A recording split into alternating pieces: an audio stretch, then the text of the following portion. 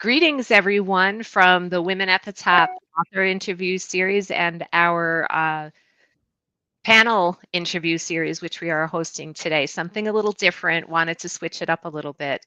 My name is Regina Barr, and I am the founder of the Women at the Top Network, and I'm going to be your host for our panel discussion today, which I'm really looking forward to.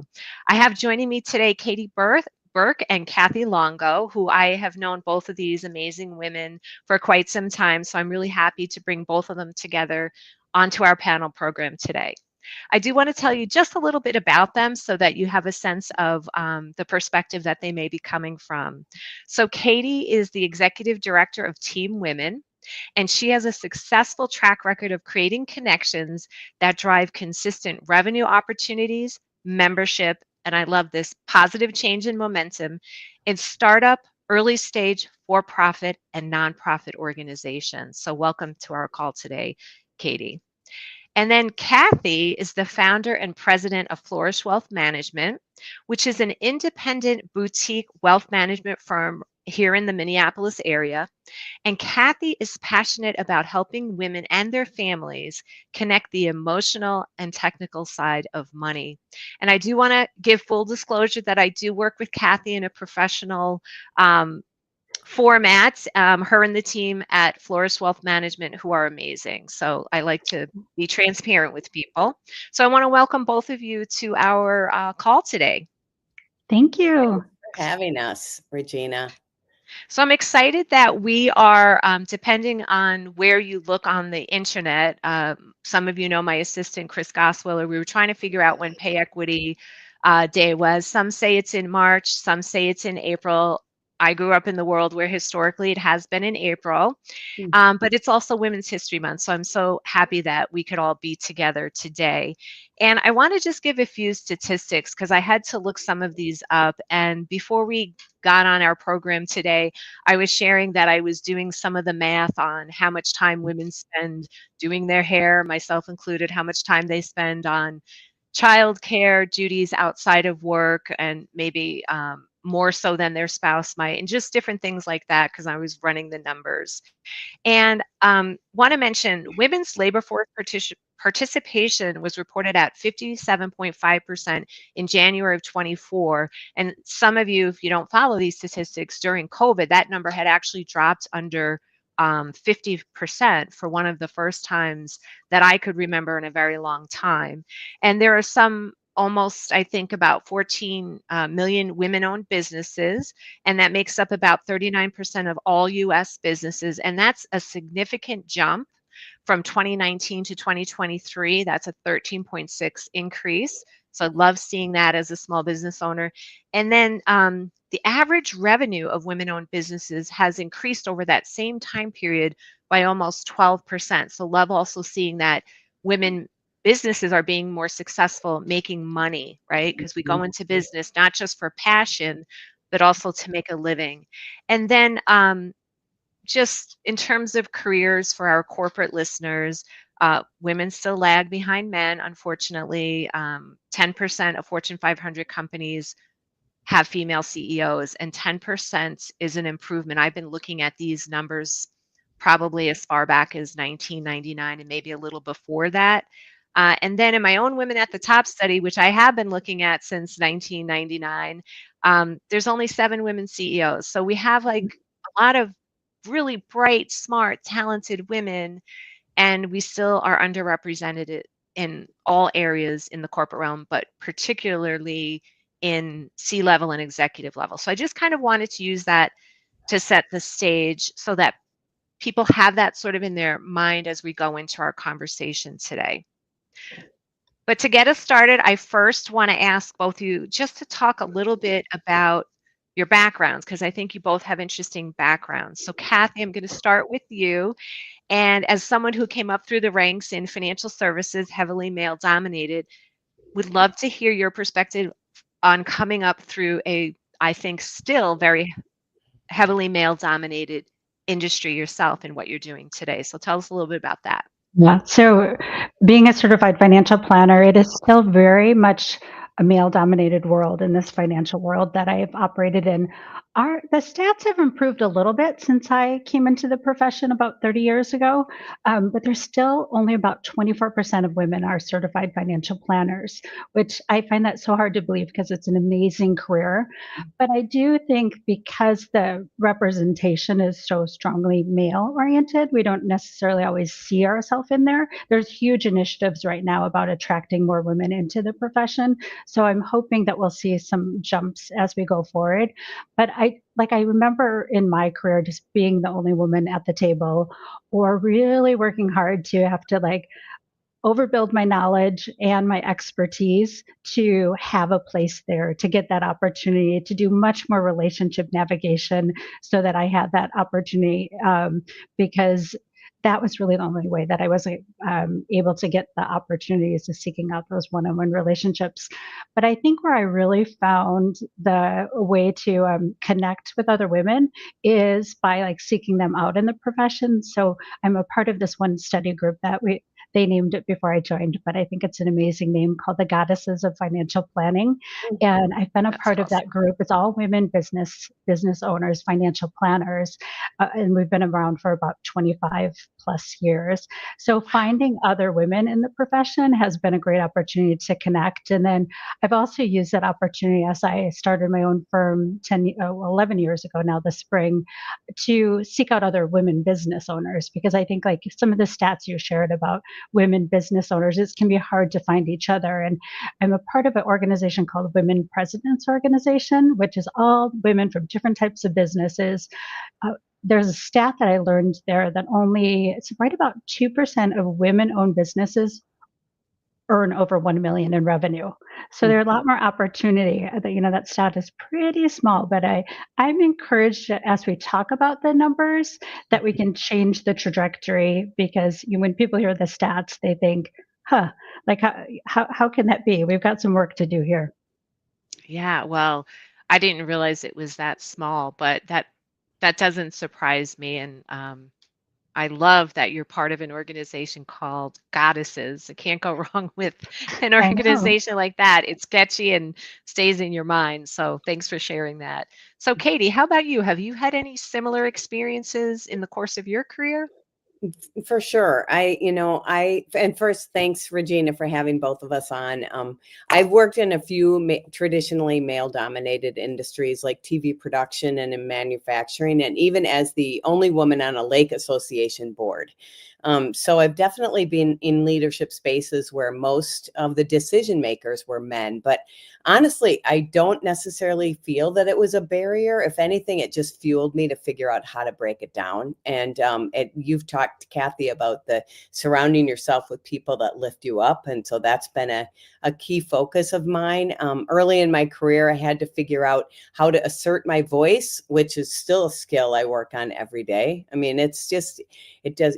these skills we always have to work on. Definitely build credibility, which takes time. So I had to do that early in my career, and then hold my own in rooms where I sometimes was the only woman. And truth be told, most of the time early in my career, and even bouts now, I don't feel confident, right? But I show up anyway. I raise my hand, I take on new challenges and prove my value. So that's been sort of a mantra that I've lived by. My dad used to call me his tough marshmallow, and he was my biggest cheerleader. And we need those fans in our corner as we navigate life and our careers. But all of those experiences and more, like you said, Kathy, I've expanded my network, not only with the network that I lead, which is Team Women, but to be in circles with other women supporting women, like the Minneapolis St. Paul Business Journal Women in Leadership Circle. I'm a member of that. I'm a member of Minnesota Women's Economic Roundtable. So I'm surrounding myself with women leaders and being in safe spaces where we can feel vulnerable and ask each other questions, and seek resources to help us navigate those difficulties that come up in life, or share in the successes. That's fun too. Mhm. But all of those experiences are why I'm a big part. I'm so passionate about creating spaces for women, not just to have a seat at the table, but to feel empowered to own it. I'm passionate about that. I want to be a catalyst to help women get the skills, the mentorship, and the network to break through their barriers, and personal or professional, no matter the industry that they're in, because we all know right here, when women are supported, they don't just succeed, they thrive. Mm-hmm. And I love that both of you have mentioned organizations that you're involved with that help to not only lift you up and empower you, but other women, because I think sometimes women think that we have to do it all alone, or they think just because I can do it, I should do it. And that's, I think, a big learning for most women there. So thank you for sharing that. I love it. So I recently wrote an article for LinkedIn called Aiming for the Top Job. Watch out for these 3 roadblocks to your career. And in the article, I talked about a couple of things that I have seen over the course of my career, whether it's as a executive coach or a trainer. And more recently, it's interesting, I'm seeing this in real estate. I think both of you know I've become a realtor. And so I've been having some deja vus about things. And my assistant, Chris, and I have talked about this, especially around negotiation, which is a different topic. But what I have typically seen when women are either in the corporate realm or they're in a business is that what precludes them potentially from being successful is how they manage life balance, business acumen, and P&L, whether that's in their business or in the corporate realm. And when I was in corporate, I sought out P&L experience because I knew that was the ticket to my success. So, Katy, I'm going to start with you. What are you seeing as some of the barriers for women in business? Well, first, I thought your article was spot on because it does really highlight those barriers that have kept women from reaching that corner office. Definitely, those are the 3 biggies. But what I'm seeing now, especially post-COVID, is a shift in what success actually looks like for many women. I mean, more and more, like your career path, Regina, is a great portfolio blend of different career, of different things, and you go for everything. That's why I love watching you succeed and lead. And more women are choosing careers that fuel their passion and align with their purpose rather than just chasing that traditional corporate ladder. In fact, at Team Women, we have about 650 members, and nearly 40% are at that director level on up to the C-suite. 30% are managers or individual contributors, 30% are entrepreneurs. And every year we do a membership survey. And before and during COVID, the top industries that our members reported as working in were healthcare and financial services. But over the past 2 years, consulting has taken the lead. And so what that's showing us is more women are stepping into the fractional and boutique consulting roles that may still be in healthcare or financial services, but they're creating businesses that give them more control over their time, value, and compensation. And so they're building their own corner offices, right? And yes. And I love that, because I think that's the wave of the future if women want to truly be successful and do things in their own way. And for those that are still in that corporate role, though, I do see some common themes like of things the barriers that are perceived barriers, like clarity and direction. What is my next move and how do I get there? Strategic networking is huge, not just meeting people, but building influence and who's the right person to meet. And then taking initiative, just raising their hand for the opportunities, instead of waiting to be tapped. Yes, and that could be a whole conversation, maybe another time, Katy, because that's something that literally drives me nuts sometimes, that women don't raise their hand when they are more than qualified. So, yes. So, Kathy, I want to shift the conversation over to you, and I want to talk a little bit about how does that translate financially in terms of building wealth or being ready for retirement, because you and I had both served on a board called Money Weave, and this is just can't talk today. The statistics of the number of women who retire in poverty are just appalling. So how does some of that translate in a financial sense? Well, when you speak of the gender pay gap, that's one of those, but there's other factors that we need to think about for women. So living longer, taking time out of the workforce, caring for kids or for parents, or not having that flexibility that we can do it all. Like we talk about, maybe where entrepreneurialism may give us more flexibility.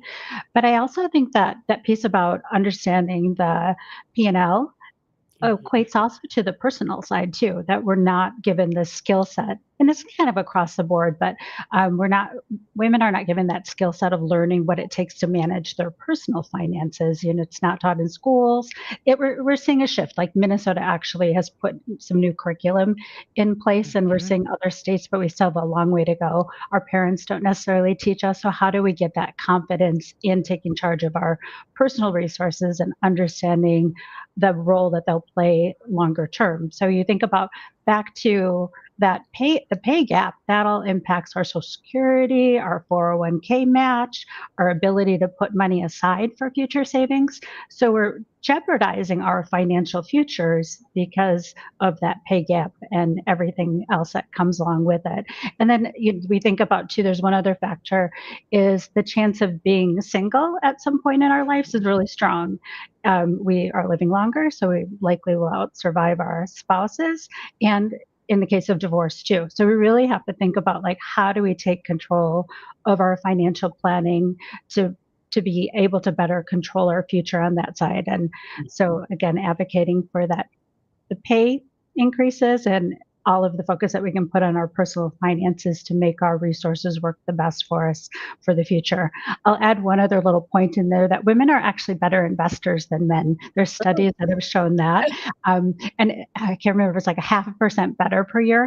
And they broke it down into some of the reasons why, but one is like women are more patient in their investing strategy, which you do have to be patient to let the markets work for you. So there's a lot of opportunities for women when it comes to taking control of their financial future. Mhm. Well, I'm just chuckling to myself because Kathy does know my husband, and we are polar opposites when it comes to money. I'm a saver, he's a spender. Um, I tend to look at the long view. He will be checking things every day. Um, but you make some great points. I just wanted to share because the first thing for women out of college, they actually start at an equal pay. And then Mhm. it's very quickly over time with that first promotion, they fall behind. But I wanted to point out we have made some progress. And again, I'm generalizing women in general because if you slice and dice it by different ethnicities, it's a very different picture. Right. But in 1979, when they started looking at pay equity, women only made 62% of what men made. Mhm. We are now, as of 2023, at 83.6%. Again, Right. the general average, not dissecting it. So we've made progress, but we still have a ways to go. And for people in especially minorities, that gap is even bigger. So there's a lot of work to be done there. Which leads me to my next question. I want to talk a little bit about mentoring because I think mentoring is critical for women. And I've Mhm. always had this philosophy of have a mentor, be a mentor, or self mentor. And I think have a mentor is great if you can find one. But I also have found that being a mentor, I've learned a ton. When I'm mentoring, I feel like sometimes I learn more than what I'm giving. And then Mhm. self mentoring is what are you doing? Are you a member of an organization like Team Women? Or Mhm. have you surrounded yourself with women? Are you reading? Are you studying, going to seminars? I'm an avid reader, so I read a wide variety of books. So I would love for you, if you could, to tell us about a mentoring situation that helped you in your career and what was your one takeaway? Because otherwise we'll be here all day probably, because probably a lot of takeaways. So Katy, we'll go ahead and start with you. Okay, so I am also a big believer in mentoring. I mean, even your podcast should be on that list, Regina, for Thank resources. you. Yeah, 100%. Not just I believe in mentoring, not just for career growth, but also for life. I mean, and I've been lucky to have several mentors, both men and women, who've helped me really learn about myself, affirm my decisions, navigate tricky situations, and figure out where to put my energy. Right. So one of the best pieces of advice I ever got was trust the process. I learned that early on, and that became my lifeline when I was rebuilding my life and career after my divorce. Because as you know, my ex-husband and I had a manufacturing business together that we sold. And at the time that happened, I had zero confidence. Like you talked about, Kathy, divorce is, it's a tragedy. And I was in an extreme state of uncertainty with 2 little kids. And so I felt like I was starting from scratch. So trusting the process was key to a key learning for me. And my first opportunity after a period of time was to work as a business consultant, helping other women start and grow their business, and for another nonprofit in town. And we were a micro lender, so I could actually help them fund their business too, which was thrilling. And honestly, that experience changed everything. It gave me purpose. It helped me move forward. It got me out of myself. And it just was so rewarding helping. Like you said, Regina, you get back so much more than you give in roles like that. And that was just a changing mindset for me to learn. So That's great. I love what you said about trust the process, because sometimes the process is messy. But when you have hindsight and you look back, sometimes it's messy in a good way. So I do love that. So Kathy, how about you?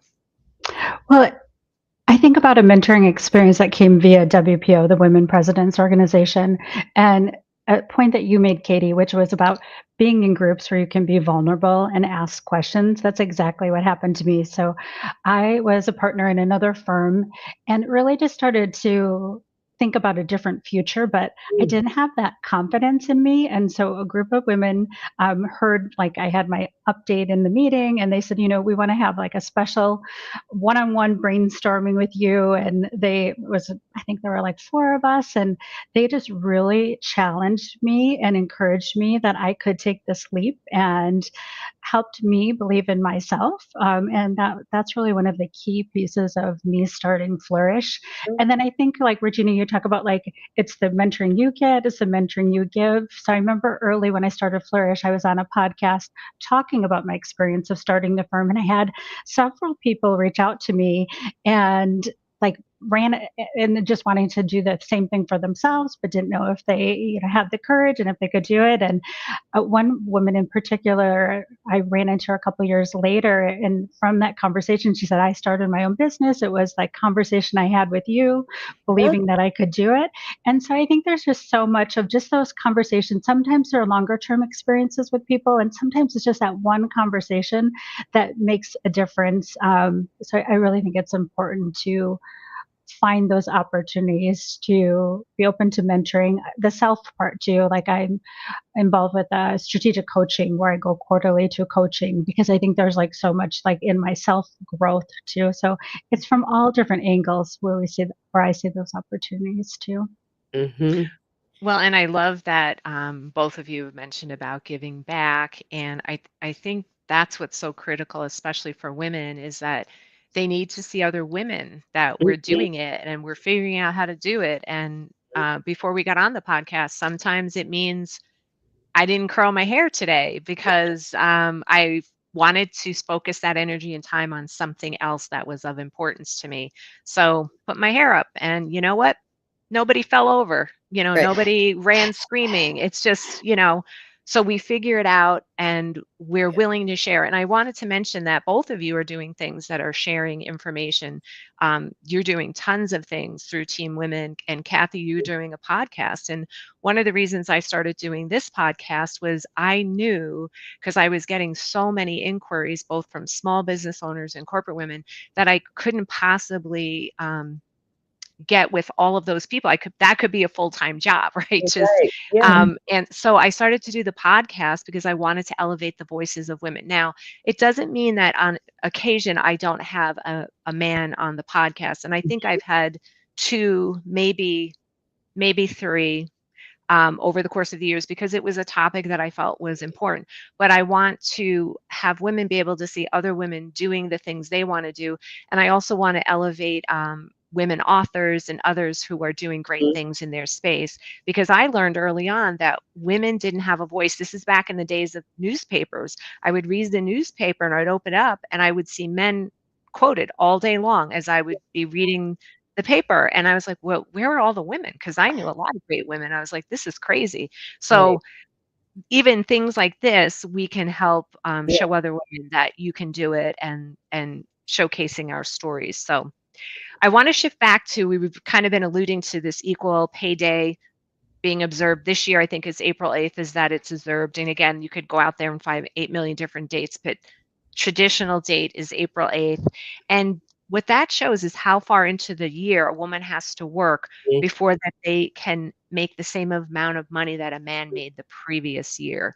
Mhm. And I have found over the course of my work, especially as an executive coach, that there are some skills that I think women really need to hone if they want to alter or mitigate that pay gap, if you will. And one of those is negotiation. Mhm. And I find that I'm constantly working with women inside my business, outside of my business, in the coaching business, in the real estate business, trying to really help women hone that skill. And actually, I feel like from the work I started doing 20 years ago around this work, moving into real estate, that I'm having deja vus around that and having a lot more conversations on negotiation. So what I would like to know is what skill set, and I know you may have, both of you may have alluded this a little bit in what we just talked about. What are you seeing? So Kathy, I'm going to start with you. What have you seen when working with clients? If you had to hone in on a skill set that you wish, especially your female clients, would have. Yeah. Well, I think one of the biggest things that, like, even when it comes to negotiation is getting the knowledge, doing the research, and building the confidence. And that seems to be a better spot, because I'll talk to women before, or they're getting a job offer, and um, they're wanting to, like, how do I approach it? Can I really ask for more? But if they can come with the knowledge and the data, then they have a position that they feel more confident to go forward with.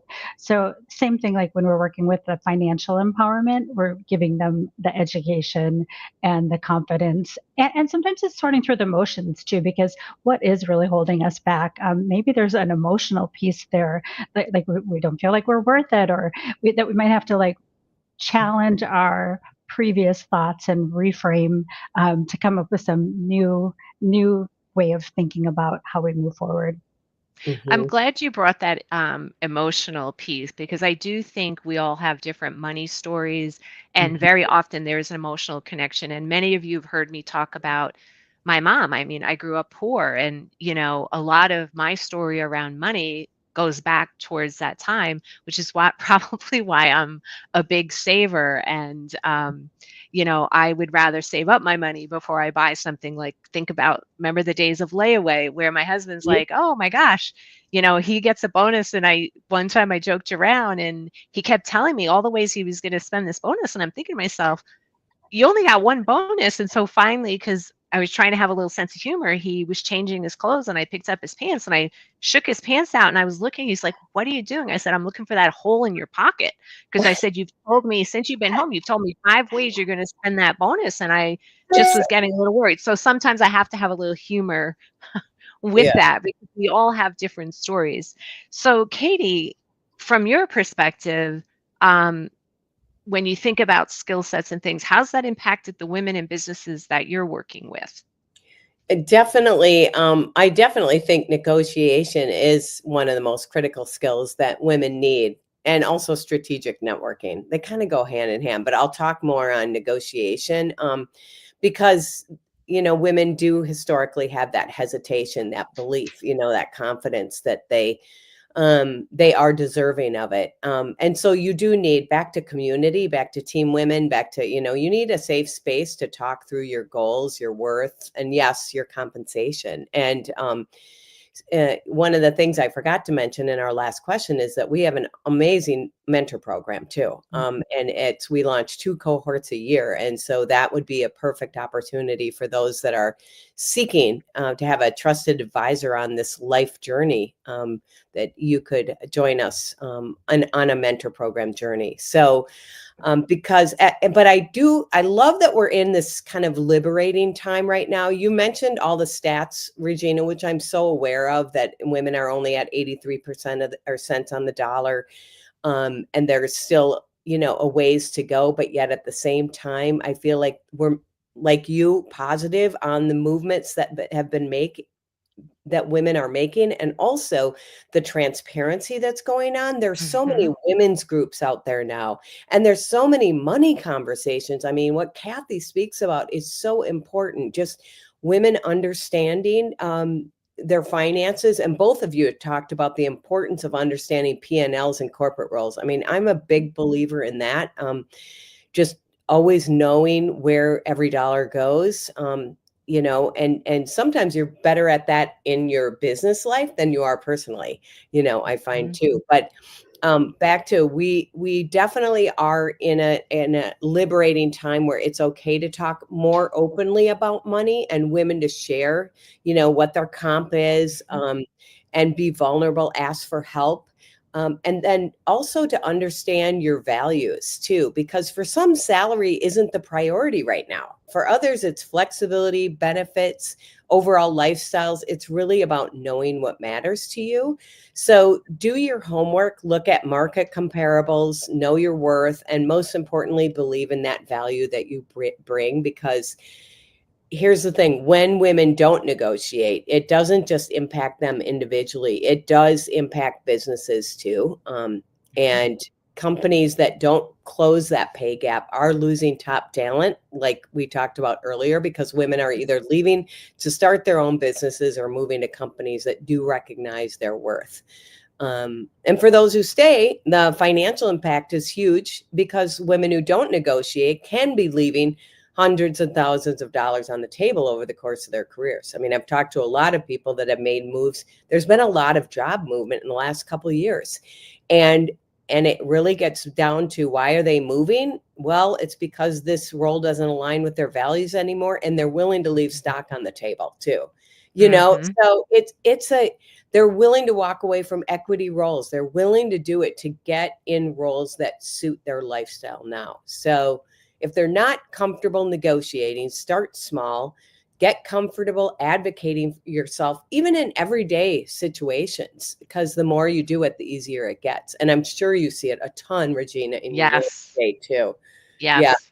So, Absolutely.